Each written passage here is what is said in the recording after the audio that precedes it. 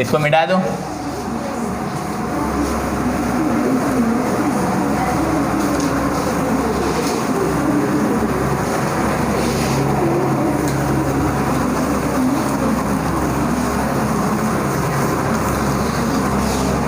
इसको आप special cases की कह लीजिए या आप इसको एग्जाम्पल कह लीजिए, बात देखी होगी, सही है। तो एक फार्मूला हमारे पास किसके लिए आया, V1 के लिए, और एक फार्मूला किसके लिए आया। तो V1 का फार्मूला ज़रा बताइएगा, M1 माइनस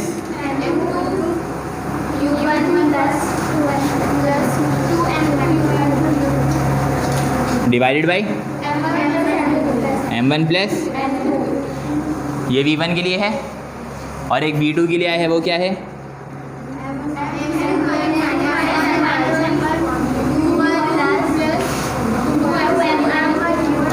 हाँ, डिवाइडेड बाई M1 प्लस, बात देखिए ना, M2 प्लस M1 हो या M1 प्लस M2 हो बात। तो ये दो फार्मूलाज हमने ड्राइव किए हैं, स्पेशल केसेस करने के लिए जा रहे। तो case number 1,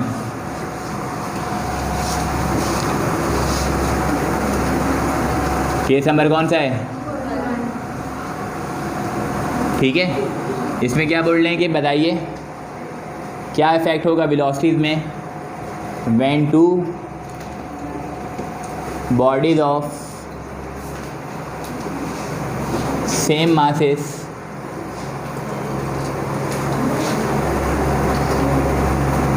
collide with each other. अगर दो मासेस हैं वो आपस में टकराते हैं और दोनों का मास क्या है, सेम है, तो आप बताइए क्या इफ़ेक्ट पड़ेगा इलास्टिक कोलिजन में, सही है। तो हमने कह लिया late say masses are M1 and M2, सही है। मासेस क्या हैं वो, M1 और M2 हैं। तो अकॉर्डिंग टू कंडीशन, जो कंडीशन बताई जा रही है,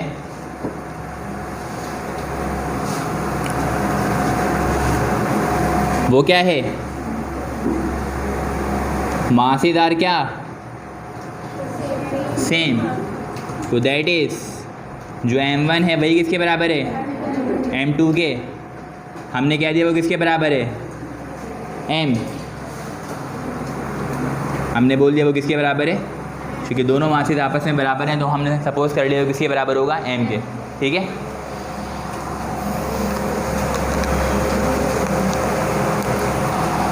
now for V1 is the velocity after the collision, ठीक है।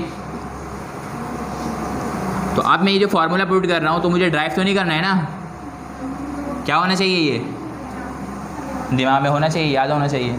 तो वहाँ से उठा के लिख रहा हूँ मैं, as we know that for V1, तो V1 किसके बराबर है,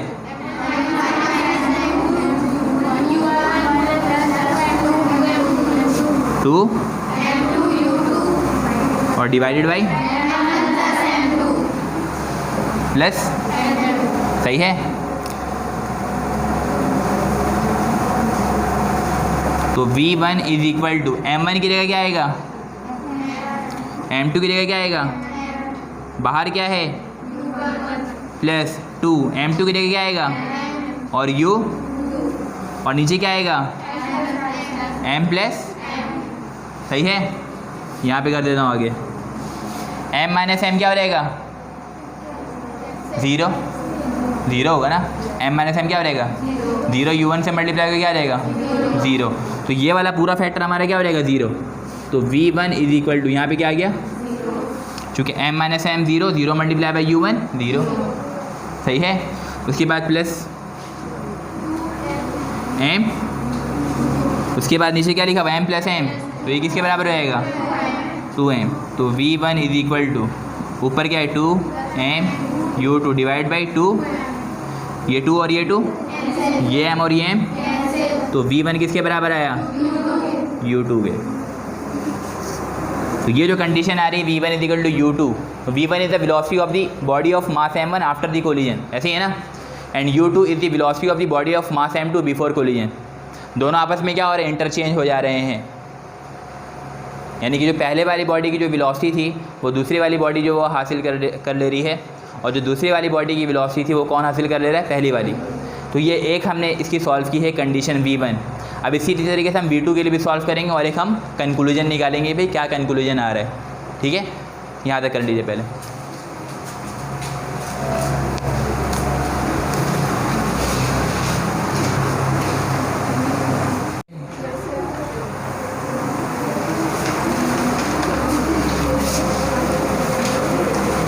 अब यहाँ पे क्या आ जाएगा, फॉर V1 गिरेगा, तो हमने कह दिया भाई यहाँ पे क्या आ गया भाई V2। सही है। As we know that V2 का फॉर्मूला क्या है, M2 माइनस M1, ये हो गया M2 माइनस, पहले देख लीजिएगा उसके बाद काम करेगा। ठीक है, उसके बाद U1 प्लस 2M1 U1, तो यहाँ पे क्या हो जाएगा, सही है। और उसके बाद नीचे क्या है M1 प्लस M2, दोनों मासेस सेम है इसमें भी। M1 बराबर M2 के किसके बराबर है, हमने बोला कि वो किसके बराबर है M, तो M2 गिरेगा भी और M1 गिरेगा भी, और U1 वैसे ही का। उसके बाद प्लस 2M1 और ये क्या हो जाएगा, और ये क्या हो जाएगा M plus M minus M, दोबारा क्या हो जाएगा 0 से U1 मल्टीप्लाई हो गए, तो यहाँ पर क्या रहेगा। उसके बाद प्लस 2M1 U1, तो 2 चले M ले लेते, सही है, 2M U2, और नीचे क्या रहेगा M प्लस M 2M, सही है।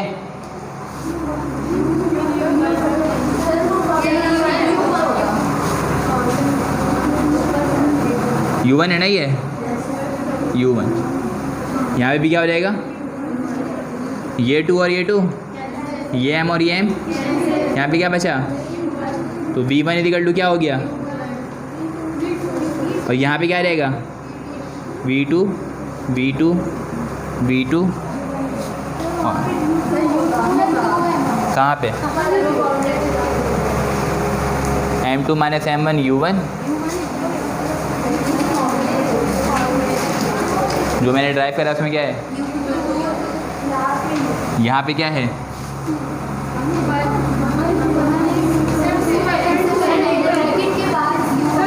ये वाला, बेटा ये बताए ना, वो कुछ भी वो 0 ही होगा। ठीक है, तो यहाँ पे क्या आएगा, और यहाँ पे तो M माइनस M 0 हो जाएगा, 0 मल्टीप्लाई बाई U2 आंसर क्या आएगा, और वो 2M1 U1, तो M1 और M2 सारे किसके बराबर है M के, तो M1 की जगह क्या आ गया M, और वो U1 जो है वैसे ही है, M प्लस M क्या हो जाएगा, सही है। तो 2M U1 डिवाइड बाई 2 से 2 कैंसिल, तो V2 इक्वल टू क्या आ रहा है, तो इससे पहले वाली कंडीशन क्या आई थी U2, और दूसरी वाली क्या आई इज इक्वल टू, तो ये फाइनल कंडीशन हमारे पास आ रही है। जब दो बॉडीज़ ऑफ सेम मासेस आपस में टकराते हैं, कोलिजन होता है, तो दोनों बॉडीज़ अपने वेलोसिटी को क्या कर लेती है, इंटरचेंज। इंटरचेंज से मुराद क्या है, जो पहले वाली बॉडी की वेलोसिटी थी टकराने से पहले वो कौन हासिल कर लेता है, बॉडी ऑफ मास M2 टकराने के बाद, और जो मास M2 की वेलोसिटी थी टकराने से पहले वो कौन हासिल कर लेता है, मास M1 टकराने के बाद। तो ये इक्वेशन नंबर एक हमारे पास आ रहा है V2 इक्वल टू U1, और इससे पहले क्या आया था, तो V1 इक्वल टू U2, इसको आप नाम दें इक्वेशन नंबर A, ठीक है, और इसको आप नाम दें इक्वेशन नंबर B, और इसमें क्या लिखें, equation number A and equation number B shows that, ठीक है ना, equation number A and equation number B shows that both the bodies of masses M1 and M2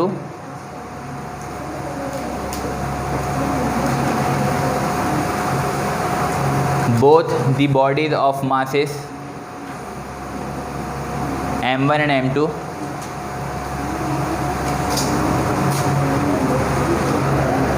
interchanges their velocities after the collision. interchanges their velocities after the collision.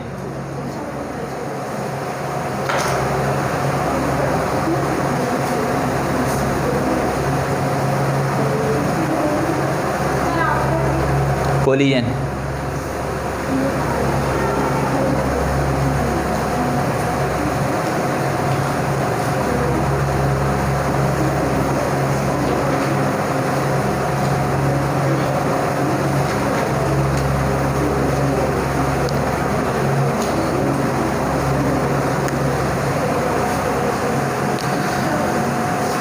तो case number 1 से ये समझ में आ रहा है कि अगर दो बॉडीज आपस में कोलाइड करते हैं, टकराते हैं, मासेस सेम होगा, तो वो दोनों अपनी वेलोसिटीज़ को क्या कर लेते हैं, इंटरचेंज कर लेते हैं। जो m1 की वेलोसिटी होगी वो m2 हासिल कर लेगा और जो m2 की वेलोसिटी होगी वो m1 हासिल कर लेगा। इसके बाद हमारा केस नंबर 2 है। तो केस नंबर 2 में क्या है,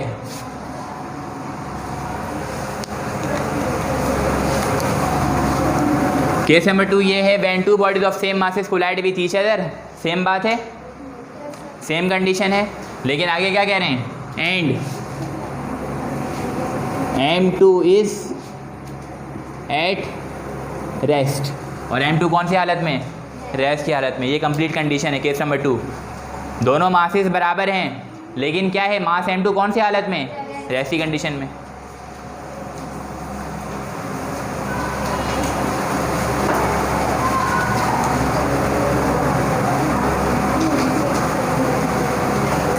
पहले यहाँ पे देख लो, उसके बाद कर लीजिएगा, ठीक है। तो when two bodies of same masses collide with each other and m2 is at rest. Mass m2 जो है वो रेस्ट की हालत में है। सपोज कर लेते हैं ये एक बॉडी है और एक बॉडी हमारे पास ये है, सही है। ये मास क्या है, m1, और ये मास क्या है, m2। ये रेस्ट की हालत में है और ये क्या कर रहा है, मोशन में है, सही है। तो उसकी कोई ना कोई वेलोसिटी होगी, वो u1 होगी।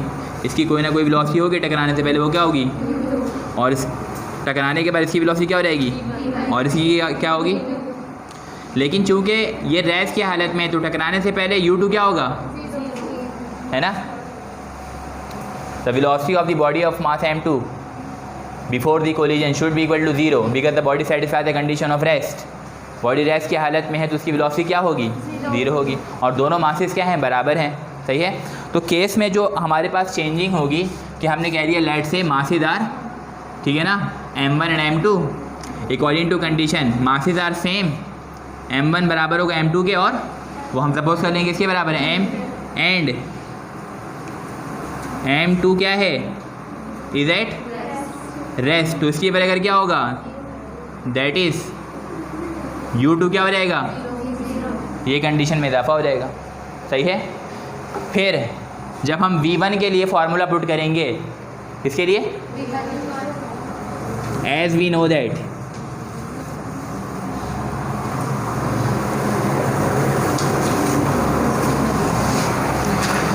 तो भाई v1 जो है हमारे पास वो किसके बराबर है,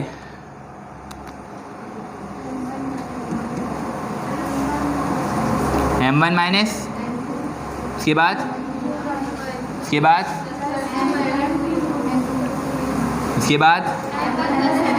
m1 प्लस m2। अब क्या होगा, v1 is equal to m1 गिरेगा, m2 गिरेगा, बाहर क्या आएगा, उसके बाद प्लस 2 m2 गिरेगा, u2 गिरेगा, क्या आएगा, सही है। उसके बाद नीचे क्या होगा, m plus m minus m क्या हो जाएगा, 0 से कुछ भी मल्टीप्लाई होगा आंसर, और ये भी किससे मल्टीप्लाई हो रहा है, तो 0 प्लस 0 क्या हो जाएगा, तो v1 इज इक्वल टू, ऊपर क्या बचा और नीचे क्या बच रहा है, m प्लस m यानी कि 2m। तो 0 से कोई सी भी चीज़ अगर डिवाइड होती है उसका आंसर क्या आता है, तो v1 कितना आ गया, क्या आ गया, याद कर लें।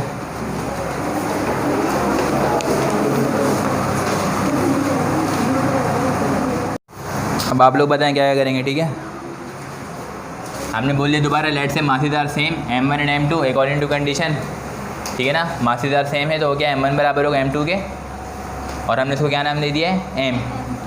और उसके बाद हम किसके लिए निकाल लें, फॉर v2। तो यहाँ पे क्या रहेगा v2, तो यहाँ पे 9 लगा देते हैं, 9 फॉर v2, ठीक है। और मास m2 जो है वो रेस्ट की हालत में है, तो u2 क्या होगा 0। फिर हम v2 के लिए क्या लगाएंगे फॉर्मूला, है ना।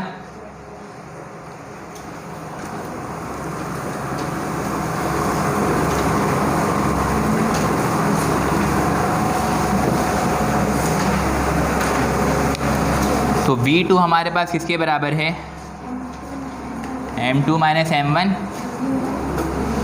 u2 प्लस 2m1 और डिवाइड बाई क्या, सही है। अब वैल्यूज पुट कर देंगे ना, m2 की जगह भी, m1 की जगह भी, u2 की जगह, और बाहर सॉरी उसके बाद क्या है प्लस 2m और u1 की जगह, और नीचे क्या बचेगा m प्लस, सही है, m minus m 0 multiply by 0 0, तो ऊपर आ गया यहाँ पे 0। उसके बाद प्लस का क्या है 2m u1, तो ये आ जाएगा प्लस 2m u1, और यहाँ भी क्या हो जाएगा, और यहाँ पे m प्लस m, तो एक स्टेप और आगे करना पड़ेगा। तो v2 बराबर हो जाएगा, ऊपर आ जाएगा 2m u1 और नीचे क्या रहेगा, ये 2 और ये 2 m और m, तो v2 किसके बराबर आ गया u1। इस इक्वेशन में क्या नाम देंगे, तो हमारे पास पहली वाली कंडीशन क्या है v1 इजिकल टू 0, और दूसरी वाली कंडीशन क्या आई v2 इजिकल टू u1। अब इस इक्वेशन से क्या पता लग रहा है, जो हमारे पास इक्वेशन नंबर ए है और इक्वेशन नंबर बी, जब दो मासेस आपस में कोलाइड करते हैं, टकराते हैं, मास m1 और m2, और उनका कोलिजन कैसा होता है इलास्टिक, तो टकराने के बाद ये पता चल रहा है कि v1 is the velocity of the body of mass m1। ये मूव करते हुए आ रहा था और इस वाली बॉडी से टकराएगा, जब इससे टकराएगा तो इसकी वेलोसिटी क्या हो जाएगी 0, यानी कि ये रेस्ट की कंडीशन में आ जाएगा। और ये कौन सी वेलोसिटी से मूव करेगा, जो मास m1 की वेलोसिटी थी। तो v1 equal to 0 and v2 equal to u1। m1 की वेलोसिटी क्या होगी, v1 टकराने के बाद ये क्या हो जाएगी 0, और जो v2 है वो किसके बराबर हो जा रहा है, इस u1 के, जो हमारे पास m1 की वेलोसिटी थी। तो इसकी बेसिक एग्जांपल जो है वो हमारे पास ज़िंदगी में स्नोकर टेबल में नज़र आती है। उसमें जब दो मासेस होते हैं बॉल, ठीक है ना, उसमें एक हमेशा रेस्ट की हालत में रहता है, और पहली वाली बॉडी जाके जो बॉल, जिसको हम स्ट्राइकर बोलते हैं, वो जा कर के उस बॉडी से क्या करता है, कोलाइड करता है। अगर इलास्टिक कोलिजन होगा, सेंटर टू सेंटर बॉल जो आपस में टकराएंगे, तो जो आपका स्ट्राइकर होगा वो अपनी कंडीशन पे रुक जाएगा, और जो दूसरा बॉडी होगी, जो, ठीक है ना, जो सेकंड बॉल था, वो क्या करेगा, उसी वेलोसिटी से मूव करना स्टार्ट कर देगा जो मास m1 की वेलोसिटी थी। बात समझ में आ गई है, कर लीजिए इसको।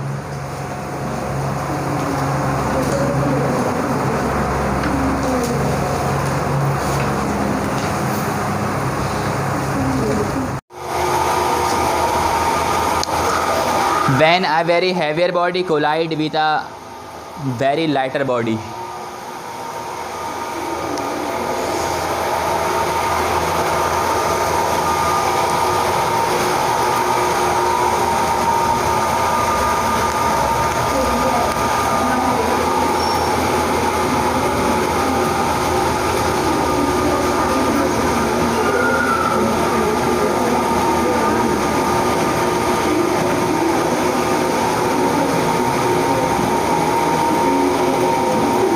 Special cases of elastic collision में केस नंबर 3 है हमारा,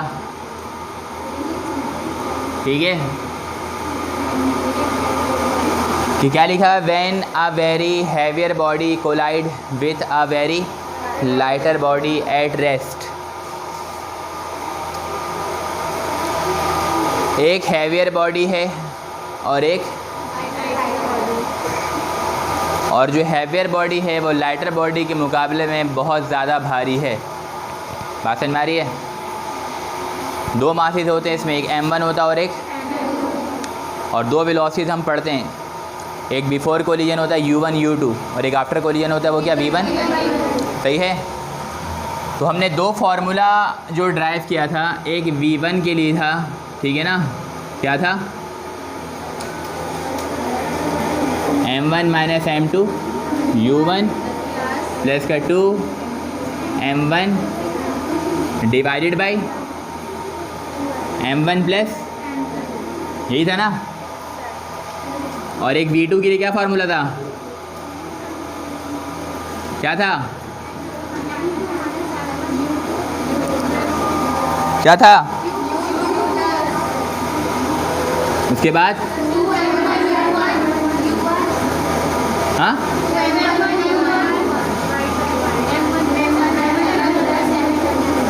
ये देखिए 2m1 m2 नहीं, यहाँ पे कुछ और होगा यहाँ पे ना।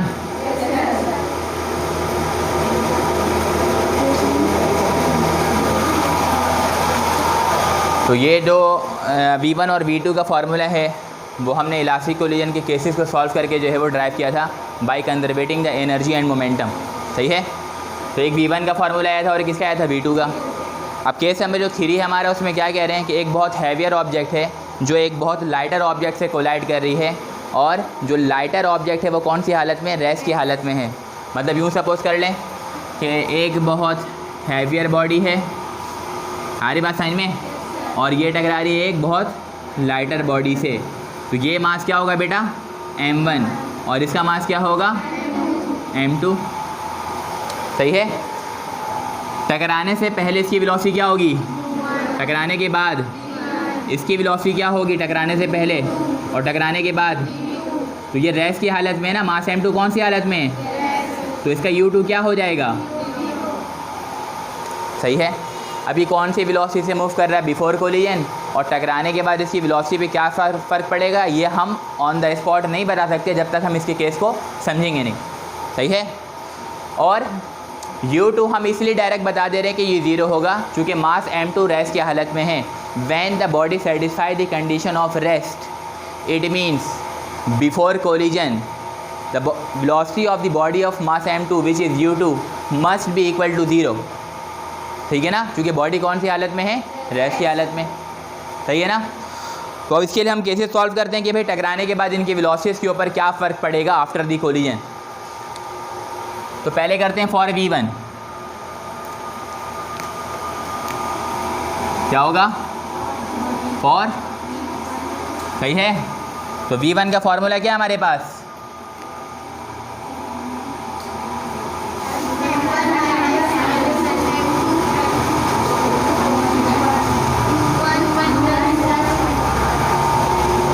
u1 प्लस 2m2 और डिवाइडेड बाई, सही है।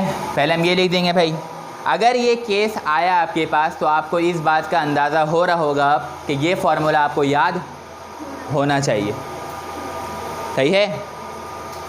तो याद होगा तो आप इसको डायरेक्ट लिख लेंगे, और नहीं याद होगा तो अगर भले से आपको सारे केसेस आते हैं इसके, पता है कैसे सॉल्व होगा, सारे टर्म्स एंड कंडीशन पता हैं, ये फार्मूला दिमाग में नहीं आ रहा तो ये सॉल्व आपसे नहीं होगा। आगे बात समझ में। तो इस तरीके के जो फार्मूलाज होते हैं, एक तो ये तरीका होता है कि हम प्रैक्टिस करें इतनी कि हमें समझ में आ जाए, ठीक है ना। मैथमेटिक्स होती है ना, तो उसमें हम प्रैक्टिस करते करते आंसर याद हो जाता है। एक एक सवाल को 8-8 10-10 मरतबा बनाते हैं, एक मरतबा क्लास में बनाते हैं, फिर घर में बनाते हैं, फिर गलती होती है फिर दोबारा बनाते हैं, फिर टेस्ट अनाउंस होता है, फिर घर में प्रैक्टिस करते हैं, ठीक है ना। फिर उसके बाद जो है वो ग्रैंड टेस्ट होता है उसका, फिर उसके बाद मॉक टर्म होता है, फिर उसके बाद मिड टर्म होता है, फिर उसके बाद फाइनल टर्म होता है। तो 7-8 मरतबा जो है वो एक सवाल को आप बना चुके होते हैं, तो आपको ये पता लग जाता है कि इसका आंसर क्या आएगा। तो ये वाला जो आप डेरिवेशन है या कोई सा भी डेरिवेशन या कोई सा भी जो न्यूमेरिकल होगा, वो हर सवाल अल्टीमेटली आप 7 से 8 मरतबा सॉल्व कर चुके होंगे। तो आप 7 से 8 मरतबा जो आप सॉल्व करेंगे तो हर मरतबा हम रेक्टिफिकेशन की तरफ जाते हैं। जो लास्ट टाइम गलती हुई थी वो नेक्स्ट टाइम गलती नहीं होनी चाहिए, जो लास्ट टाइम आप भूल रहे थे वो नेक्स्ट टाइम वो गलती नहीं होनी चाहिए। तो इस तरीके से करते करते करते करते आपको 100% एक्यूरेसी जो है वो हासिल हो जाती है। इन द एंड जब आप एग्ज़ाम में बैठते हैं तो आपको चीज़ें पूरी रटी रटाई होती हैं, फिर आप बैठ करके बस अपना 3 घंटे में परफेक्शन शो करते हैं। तो ये प्रैक्टिस के साथ साथ आ जाएगा। और दूसरा तरीका ये है कि हम इसको बैठ के रट्टा मारे रट्टा मारे रट्टा मारे, आप कितना ही भी रट्टा मार लें, आपको बहुत ज़ुबानें अच्छे से याद हो जाए, लेकिन फिर भी आप इस पर अबूर हासिल नहीं कर सकेंगे। तो प्रैक्टिस से ये चीज़ें आएंगी। तो V1 ये है अकॉर्डिंग टू कंडीशन कंडीशन क्या है बेटा कि m1 जो है वो बहुत ज़्यादा क्या है, बहुत ज़्यादा, अरे बात समझ में, बड़ा है किसके मुकाबले में, m2 के मुकाबले में। तो हम ये कह सकते हैं लेट से कि m2 जो है वो इतना छोटा है कि वो अप्रॉक्सीमेटली इक्वल टू क्या है, 0। सही है ना। दो मासेस हैं, एक बहुत ज़्यादा बड़ा है और एक बहुत ज़्यादा, तो इसके मुकाबले में वो 0 की तरफ, 0 नहीं है, हो सकता है 1 ग्राम उसका मास हो सकता है 0.01 ग्राम उसका मास हो, और इसका मास जो है वो लेट सपोज 200 kg है, तो 200 kg और 0.01 ग्राम में आसमान ज़मीन का फ़र्क होता है। तो हम उसको क्या बोल देंगे भाई कि वो मास जो बहुत कम है वो अप्रॉक्सीमेटली इक्वल टू क्या है, 0। बात समझ में आ गई।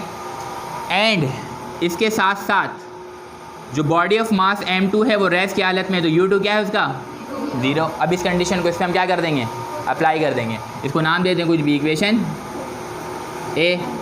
सही है ना। तो पुट ऑल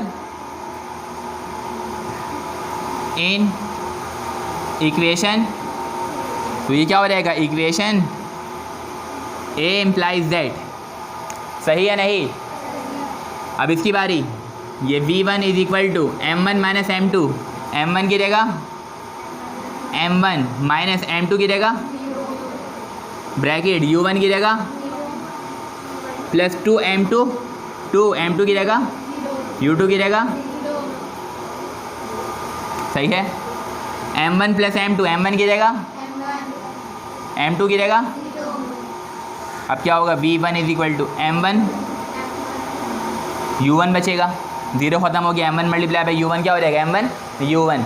फिर उसके बाद plus 0 multiply by is equal to and 0 multiply by 2,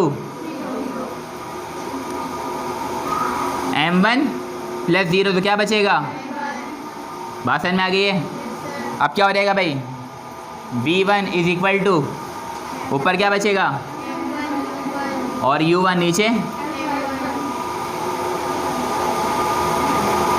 सही है।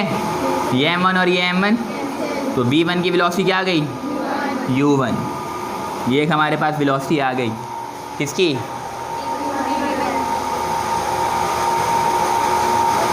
ये रिलेशन ये शो कर रहा है कि अगर एक बहुत भारी object v1 is equal to u1, ये शो कर रहा है कि अगर एक बहुत भारी ऑब्जेक्ट एक लाइटर ऑब्जेक्ट से टकराता है तो u1 is the velocity of the body of mass m1 which is too much greater as compared to the body of mass m2।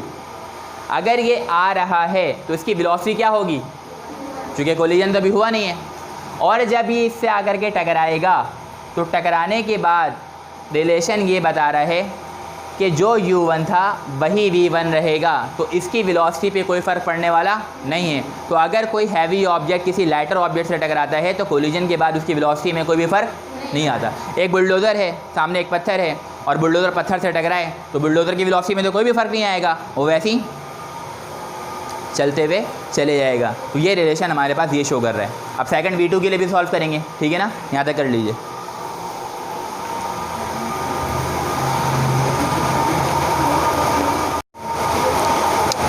अब इसी तरीके से हम v2 के लिए काम करेंगे। तो v2 का जो फॉर्मूला है वो क्या है हमारे पास, m2 माइनस m1 मिटाए नहीं पहले,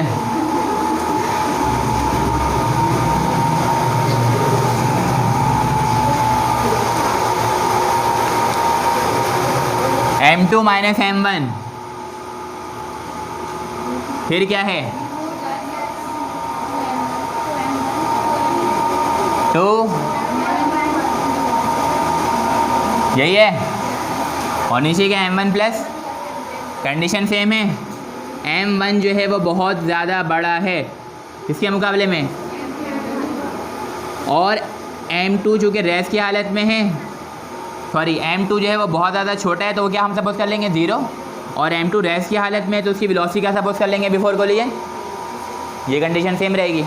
अब यहाँ पुट करेंगे m2 माइनस m1, तो m2 की जगह क्या रहेगा, क्या रहेगा बेटा, और यहाँ पे क्या आएगा m1 आ गया, सही है। फिर उसके बाद क्या है u2 यानी कि 0। फिर उसके बाद 2 m1 की जगह क्या रहेगा, सही है। फिर उसके बाद u1 की जगह क्या रहेगा, सही या नहीं। फिर उसके बाद m1 प्लस m2, तो m2 की जगह 0, ये हो जाएगा माइनस का m1, सारा क्या हो जाएगा 0, ये होगा ना। तो ये सारा फैक्टर क्या हो गया 0 माइनस m1 माइनस का m1 मल्टीप्लाई बाय 0, तो आंसर क्या आएगा 2m1 u1। तो यहाँ पे आंसर क्या आएगा 2m1, नीचे वैसे ही रहेगा m1, सही। अब आगे क्या होगा v1 0 हो गया, उसके बाद प्लस 2m1 u1, तो यहाँ पे क्या रहेगा m1 u1 पहले से है और m1, ये m1 और ये m1 क्या हो गया, तो क्या बचा 2, तो यहाँ पे क्या रहेगा। तो ये इक्वेशन शो कर रही है कि हमारे पास v1 किसके बराबर आ रहा है 2u1 है। हाँ ये हर जगह v2 होगा ना, ये तो आप लोगों ने बताया नहीं मुझे, सही है। तो ये v2 किसके बराबर हो गया, सही है। अब ये इक्वेशन क्या शो कर रहा है भाई कि v2 = 2u1, यानी कि ये जो बॉडी थी इसकी वेलोसिटी कौन सी है v2 after collision. This is the velocity of body of mass m2 after collision which is v2, सही है। अगर ये बॉडी इससे टकराती है, ये पहले रेस्ट की हालत में थी, तो इसकी वेलोसिटी क्या थी बेटा 0, चूँकि कोलिजन से पहले ये रेस्ट की हालत में था। लेट अस सपोज कि यहाँ मेरे सामने एक छोटा सा पत्थर है, ठीक है, और मेरे हाथ में एक बहुत बड़ा पत्थर है। उस पत्थर से मैं उसको क्या करूँगा, मारूँगा, तो जो बड़ा पत्थर है उसकी वेलोसिटी में फ़र्क नहीं पड़ेगा, लेकिन जो छोटा पत्थर होगा वो बड़े पत्थर के मुकाबले में जितनी वेलोसिटी थी उसकी डबल वेलोसिटी से क्या करेगा, वो मूव करना स्टार्ट कर देगा। बात समझ में आ रही है।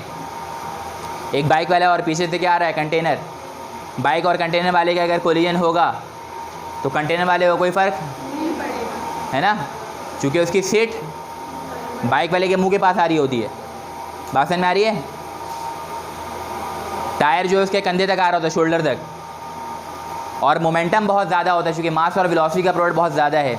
तो जब कोलिजन होता है तो बाइक वाले की जो वेलोसिटी होगी वो कौन सी वेलोसिटी से मूव करेगा, जो ट्रक या कंटेनर की जो वेलोसिटी थी उसकी डबल वेलोसिटी से क्या करेगा, वो मूव करना स्टार्ट कर देगा। तो जब ये इससे आकर के टकराएगा तो इसकी वेलोसिटी क्या हो जाएगी, इसके मुकाबले में क्या हो जाएगी, डबल। तो v2 = 2u1। बात समझ में आ गई ये भी। तो इसको हम v1 वाले को क्या नाम देंगे, इक्वेशन नंबर 1, और v2 वाले को क्या नाम देंगे, इक्वेशन नंबर 2, और फिर लिख लेंगे equation number 1 and equation number 2 are the required velocities of body of mass m1 and m2 after the collision, सही है।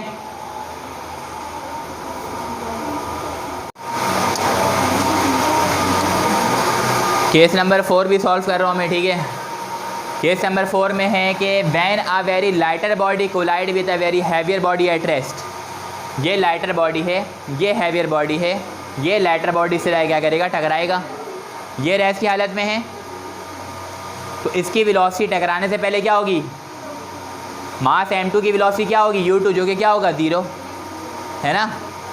और ये जा रहा है इससे टकराने के लिए, इसकी वेलोसिटी टकराने से पहले क्या है u1, और टकराने के बाद क्या होगी, और ये वाला मास इसके मुकाबले में क्या है, बहुत ज़्यादा बड़ा है, तो ये अप्रॉक्सीमेटली इक्वल टू हम क्या ले लेंगे 0, सही है।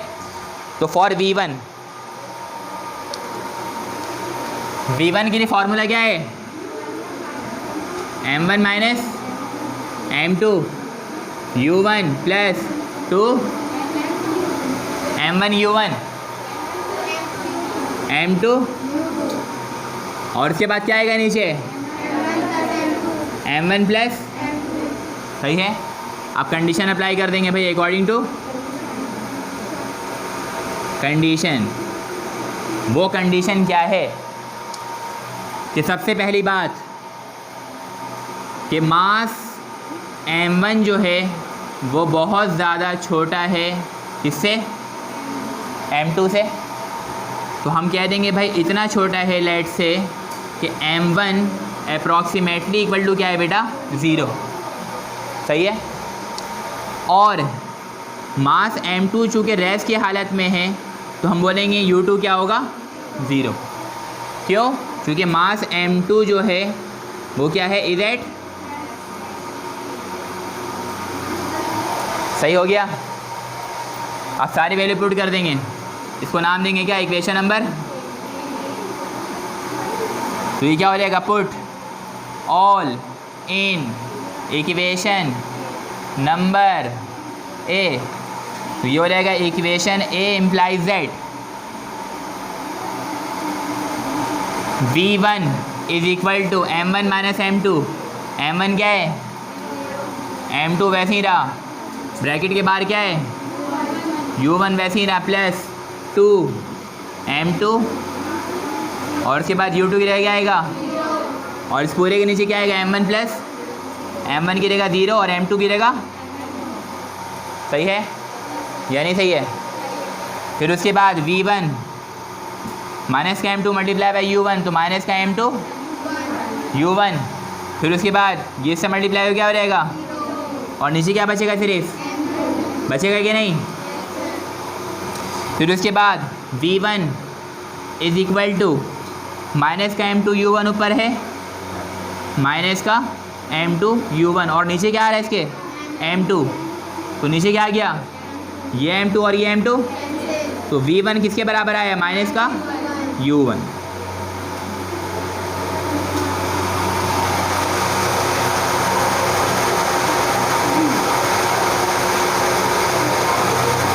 तो ये इक्वेशन क्या बता रही है, लेट सपोज सामने क्या है, दीवार। सपोज क्या करते हैं, बल्कि है, सही है, और मेरे पास एक बॉल है हाथ में, नज़र आ रहा है नहीं तो कहाँ से नज़र आएगा। अब सपोज़ कर लीजिए है, आप लोगों के घर में हम उसी चीज़ को ज़्यादा सपोज़ करते हैं जो हमारे घरों में मतलब ज़्यादा जो है वो नज़रों के सामने से गुजर रही होती है। तो आप सोच लें आपके सामने कौन सी बॉल जो वो ज़्यादा गुजरी है। सही है, वही वाला बॉल मेरे हाथ में है, उस बॉल को मैंने दीवार पे मारा तो दीवार गिर जाएगी, नहीं गिरेगी, फिर क्या होगा, तो जिस वेलोसिटी से गई थी उसी वेलोसिटी से टकरा के गई थी। कैसे, u1 से। मास m1 जाएगा कैसे, चूँकि कोलिजन अभी हुआ, लेकिन जब टकराएगा तो वापस आएगा।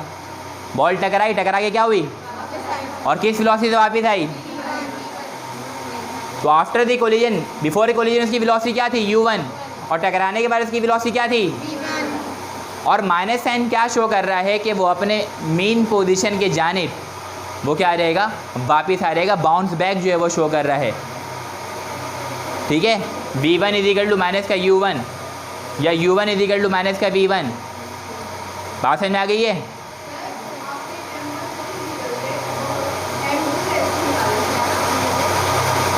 m2 रेस्ट की हालत में ना, m1 चूँकि बहुत छोटा है ना इसके मुकाबले में। पहले हमने क्या सपोज किया था कि when a very heavier body collide with a very lighter body at rest, तो लाइटर बॉडी का मास m2 था, हमने इसको 0 सपोज कर लिया था। अब ये बॉडी जा रही है m1 इससे टकराने के लिए, ये बहुत बड़ा है और ये, तो इसीलिए हमने बोला कि इसका मास अप्रॉक्सीमेटली क्या होगा, 0 के बराबर होगा। सही है, यहाँ तक कर लें।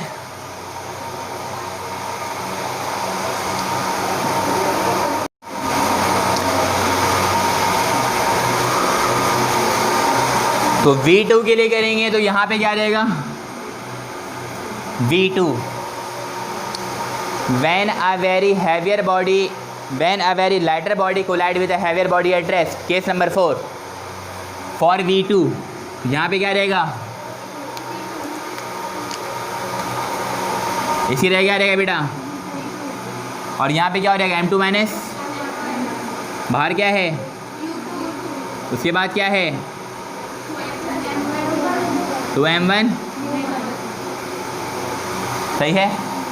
और नीचे m1 प्लस, कंडीशन सेम है इसकी भी, m1 बहुत ज़्यादा बड़ा है इसके मुकाबले में, सही है। तो हमने क्या कह दिया भाई कि m1 जो है, m2 जो है वो बहुत ज़्यादा बड़ा है m1 के मुकाबले में। तो हमने बोला m1 इतना छोटा है कि उसका मास अप्रॉक्सीमेटली किसके बराबर है, 0 के। तो m1 को क्या ले लिया, और मास m2 चूँकि रेस्ट की हालत में, तो u2 क्या होगा, मास m2 इज एट रेस्ट, सही है ना। बॉल वाली एग्जाम्पल देने में ना, दीवार पे मारूंगा तो बॉल क्या है, मास m1, और दीवार क्या है, मास m2 कौन सी हालत में, तो उसकी वेलोसिटी क्या होगी टकराने से पहले, 0। तो इसीलिए u2 क्या लेंगे हम, और जिस बॉडी को फेंका जा रहा है मारने के लिए उसकी वेलोसिटी क्या होगी, u1। और जब कोलिजन होगा तो दोनों की वेलोसिटी में तब्दीली आएगी, एक क्या होगा v1 और एक क्या होगा v2। तो v1 के लिए तो हमने देख लिया कि क्या चेंजिंग आ रही है, अब हम v2 के लिए चेक कर रहे हैं क्योंकि उसमें क्या तब्दीली आती है। तो यहाँ पे put all in equation number A, तो equation number A implies that, यहाँ पे क्या हो रहेगा, यहाँ पे क्या आएगा बेटा, m2 माइनस m1, m2 कितना है, m2 ही रहेगा, और माइनस m1 की जगह क्या रहेगा, और u1 की रहेगा u1 2, m2 की रहेगा m2 ही रहेगा, और u1 ही रहेगा।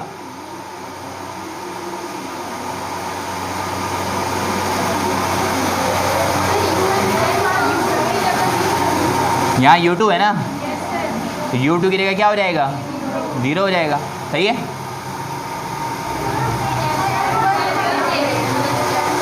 m1 u1 यहाँ पे क्या हो जाएगा, तो m1 की जगह क्या हो जाएगा, बस आप लोग 0 0 बोलते रहे, ठीक है। अब यहाँ पे क्या हो जाएगा, m2 इससे मल्टीप्लाई होकर सारा क्या हो जाएगा ये, सही है। उसके बाद प्लस, उसके बाद इससे मल्टीप्लाई करके क्या हो जाएगा, और नीचे क्या बचेगा, 0 प्लस 0 क्या आएगा, 2 0, हाँ 0 प्लस 0 हीरो, अच्छा तो 0 प्लस 0 क्या हो जाएगा, 0। देखिए जब 0 प्लस 0 होता है ना तो इस तरीके से बनाते हैं, 2 मरतबा 0, ये पता है आप लोगों को, चूँकि अभी भी आया ये, सही है ना, इतनी नहीं पता है। अगर 3 मरतबा 0 ऐड हो रहा है, 0 प्लस 0 प्लस 0, लेकिन रहेगा 0, लेकिन बनाएंगे कैसे, 0 0 और ये 0, तो ये इसका डिज़ाइन है ये, ठीक है। तो v1 इक्वल टू क्या हो गया, उसके बाद नीचे क्या m2, तो अगर किसी भी चीज़ से 0 से कोई सा भी टर्म, कोई सी भी वैल्यू डिवाइड होगी तो उसका आंसर क्या आएगा, तो यहाँ पे v1 की जगह पहले हम क्या कर देंगे, और यहाँ पे क्या कर देंगे, और इसका आंसर क्या आएगा, बस मैंने क्या बोला, आप लोग क्या बोलना है, तो v2 क्या आ गया। तो इसका मतलब क्या पता चला कि जब बॉल जाके दीवार से टकराएगी तो दीवार हिलने वाली, उसमें कोई लचक, उसमें कोई दरार, उसकी कोई पोजीशन, तो इसीलिए इसकी वेलोसिटी क्या रहेगी, बात समझ में आएगी सबको, कर लीजिए।